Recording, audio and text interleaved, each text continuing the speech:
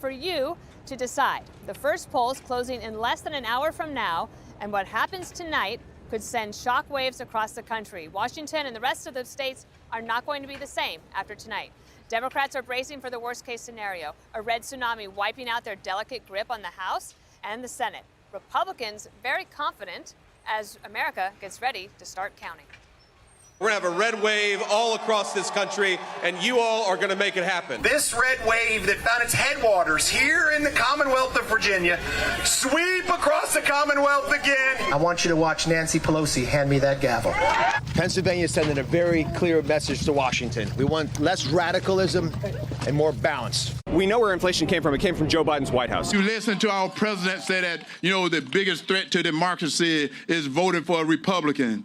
No, the biggest threat to democracy is to keep him in the White House. And I'm talking about win, not just win an election, but win big. Win one of those wins that are so big that it sends a very clear message that we are not going to let anyone destroy our state, and we're not going to let anyone destroy our country. President Biden putting on his best face while admitting that his party could be in for a pretty rough night. How do you feel about tomorrow, sir? Well, I'm optimistic, but I'm always optimistic. The Democrats win the House? I think it's going to be tough, but I think we can. I think we'll win the Senate, and I think the House is tougher. Democrats will have to do some soul-searching if they lose big. Washington Post columnist says that Democrats are drowning in denial as they appear to be heading toward painful losses. For nearly 2 years, Democratic leadership has often pushed aside politically inconvenient developments rather than facing them head-on. They have often told themselves stories they want to believe instead of stories that are true and that might motivate them to change their messaging or policy direction. And one of the candidates on the Democratic side, Tim Ryan of Ohio, he was on a show on another network, and this is how he thinks it's going to go. Watch this. Tim Ryan with his closing argument on tonight's Last Word. Thank you very much. We're going to bring it home, Lawrence. Gotcha. We're going to bring it home. Harold, bring it home on election night for us. That's such a Harold Ford move. Look, Tim Ryan, I think, is the most talented candidate the Democrats put forward for the Senate this year, and I wish him the best tonight.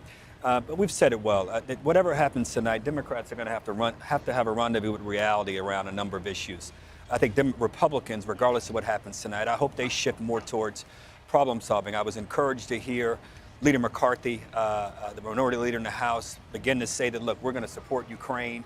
We're not going to be as intoxicated with investigating. We realize that energy, the border, these are issues that Americans want to address, and we're going to do that.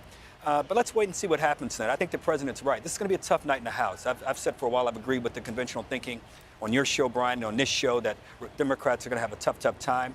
In the Senate, this is still a jump ball. The polling is still very tight. I'm going to be as surprised as anyone to see what the results are this evening.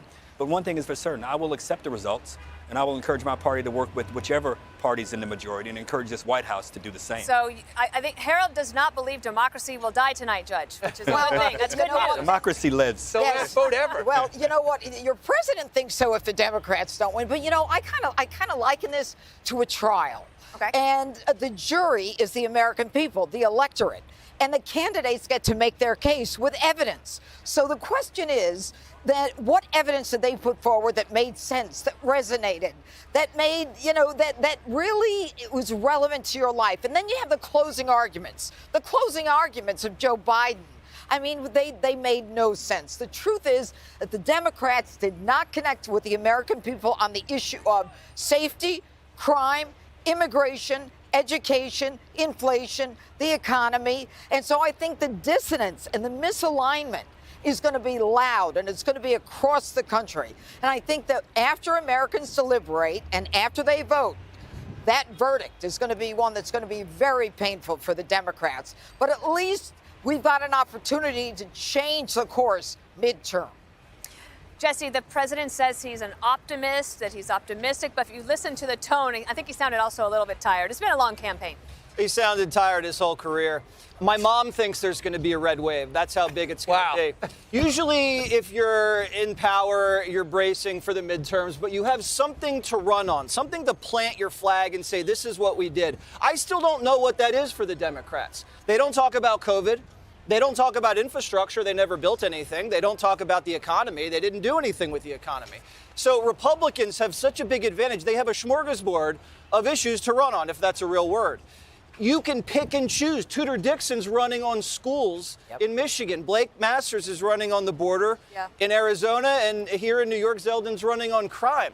And all these issues cut across race, gender, age lines. So Republicans have a huge opportunity to gain a whole new subsection of voters and then capitalize on this perfect storm of issues that affect everybody. Now, the key for Republicans, though, is once they win, which they will, to lock in these gains and not waste it and do nothing and blow it and then just like have these same voters be up for grabs next cycle. Two things. One, smorgasbord, you pronounced that very well. I did. I thought it was impressive. And the second thing is a lot of the candidates that, on both sides really, but the recruitment on the Republican side is really impressive. A lot of them are younger. So if they win tonight, they got a long career ahead of them. If they don't, they might choose to run again. This is also the first election, Brian, since COVID.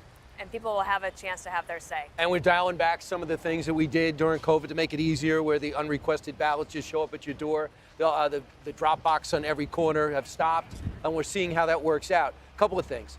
I noticed that Dr. Oz is talking like a moderate. Let's have balance. I also noticed that Lee Zeldin's talking about balance today. They're smart, like Youngkin did at the end. He knew, I'm running as a conservative, but the people that have to vote for me are independents, and people have to feel comfortable with me that are Democrats. So I think that's really smart. The other thing that I think is important, you said Tim Ryan's very talented. When Tim Ryan first came in, he talked like Kristen Sinema. He's a deeper voice and taller, but he would talk like Kristen Sinema, like he's looking to make deals. I'm a moderate from, he took on Nancy Pelosi, but he totally switched. He never voted away from the party. He didn't do what Sinema and Manchin did. Now he wants Ohioans to accept him as a Republican that kind of likes Trump.